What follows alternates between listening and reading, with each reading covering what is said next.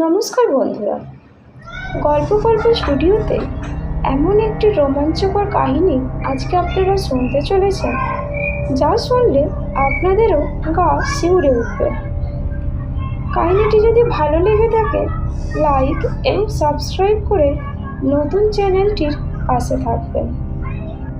কলকাতা শহর যেন একটা মায়াবী শহর।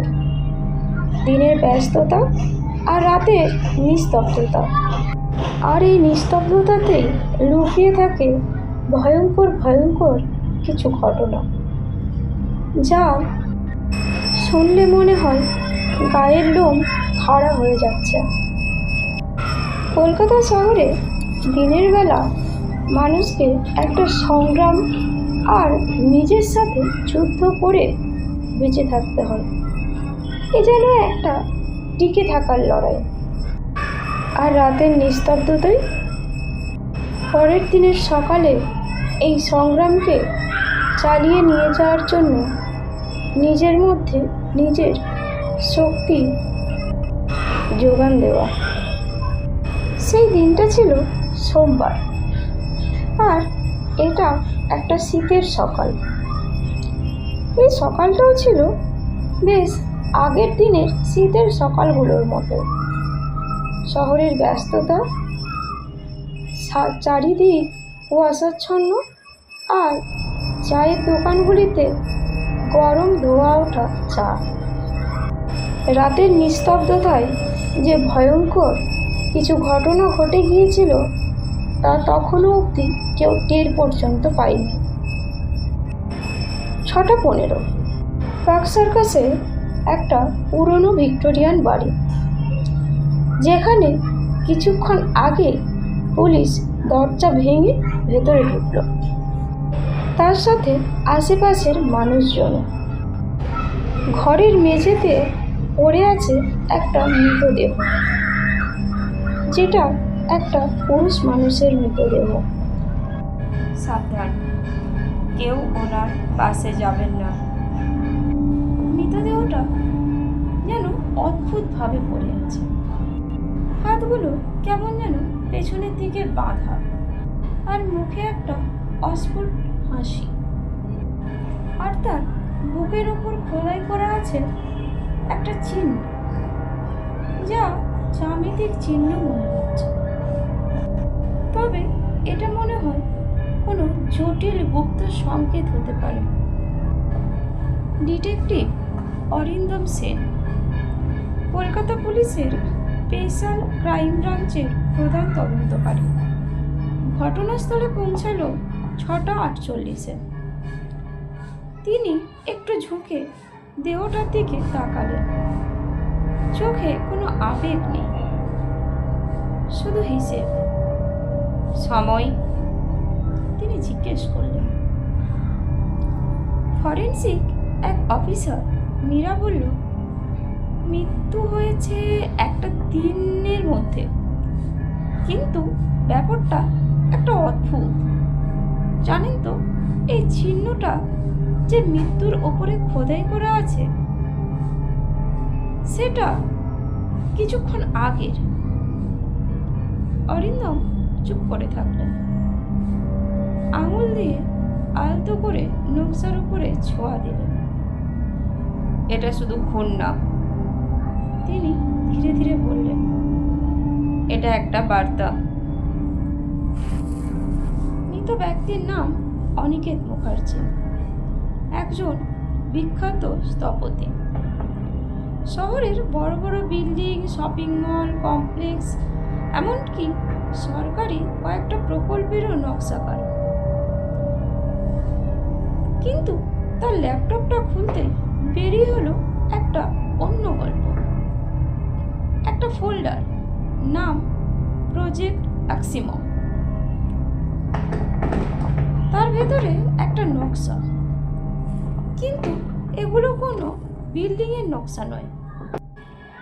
এগুলো ছিল গোলক ধাঁধার মতো, এক একটা বিশাল বিশাল আন্ডারগ্রাউন্ডের স্ট্রাকচার, যেখানের করিডোরগুলো এমনভাবে বাঁকানো আছে যে কেউ ঢুকলেও সেখান থেকে আর বেরিয়ে আসতে পারবে না। বেরোনোটা ছিল খুবই অসম্ভব। আর একটা জিনিস, প্রতিটা নকশার কোণে একটা করে চিহ্ন, যে চিহ্নটা অনিকেতের বুকের উপরেও খোদাই করা ছিল। অরিন্দম সেন মৃতদেহটিকে ভালো করে পরীক্ষা করে এবং কিছু ছবি তুলে নিয়ে গিয়ে বললেন মৃতদেহটা এখান থেকে সরিয়ে নিতে পারে। ওনার নাকি আর মৃতদেহটা পর্যবেক্ষণ করার দরকার নেই। খুনের 24 ঘন্টা পার হয়ে গেল। পরের দিন সকাল 7টা। আবার খুন? হ্যাঁ, আবার খুন। শর্টলেক। বাড়িটা খুব একটা পুরনো নয়, মানুষজন ভালোই বসবাস করে। তারই মধ্যে ফ্ল্যাট নাম্বার 4-এ আবার একটি মৃতদেহ। রিমা দত্ত, এই বাড়ির মার্কিন। পেশায় তিনি একজন সাইকোলজিস্ট। তার শরীরের অবস্থানটা একদম আলাদা। সে যেন নিজে থেকেই শুয়ে আছে, চোখ খোলা আছে, মুখে আতঙ্ক জমাট বেঁধে আছে। আর তার কপালেও আঁকা সেই একই চিহ্ন, তাও আবার রক্ত দিয়ে। অরিন্দম এবার নিশ্চিত হলেন এটা সিরিয়াল কিলার। কিন্তু একটা সমস্যা ছিল। কোনো কিছু দিয়ে জোর করে ঢোকার চিহ্ন নেই, কোনো লড়াইয়েরও চিহ্ন নেই। যেন তারা নিজেরাই খুনিকে ভেতরে ঢুকিয়েছে। অরিন্দম 2 ভিকটিমের call record, mail, social ID সমস্ত কিছু খুঁটিয়ে খুঁটিয়ে দেখতে শুরু করলেন। একটা নাম বারবার সামনে আসছে দুজনের প্রোফাইল থেকে।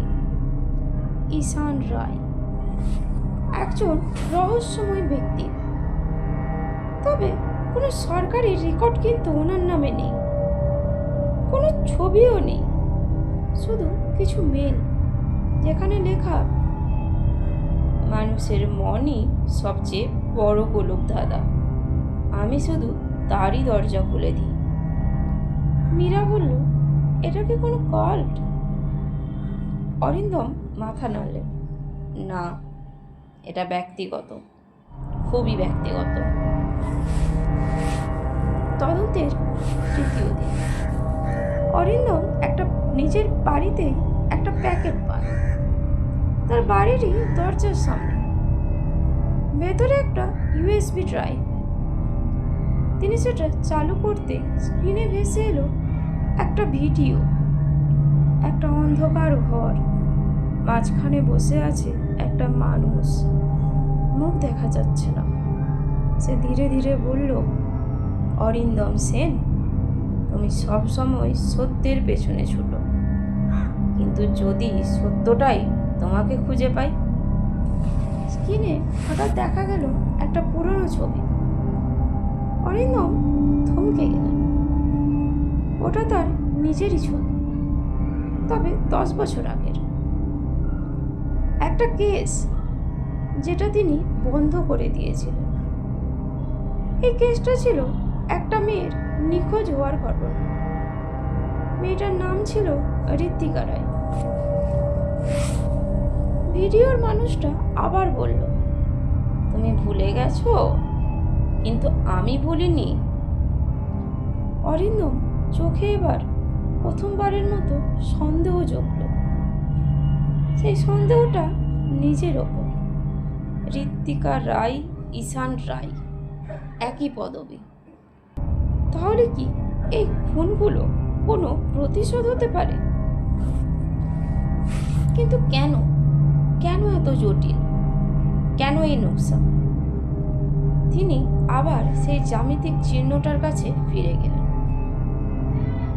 এবার মনে হলো এটা কোনো ডিজাইন না, এটা একটা ম্যাপ। তিনি দেওয়ালের দিকে অনেকক্ষণ ধরে তাকিয়ে রইলেন। সব লাইন এক জায়গায় এসে মিলেছে। এটা একটা লোকেশন, কলকাতার নিচের একটা পুরনো পরিত্যক্ত মেট্রো লাইন। তিনি ধীরে ধীরে বললেন, খেলা শুরু হয়ে গেছে খেলা। খুবই শীঘ্রই পরবর্তী পর্বটি আসতে চলেছে।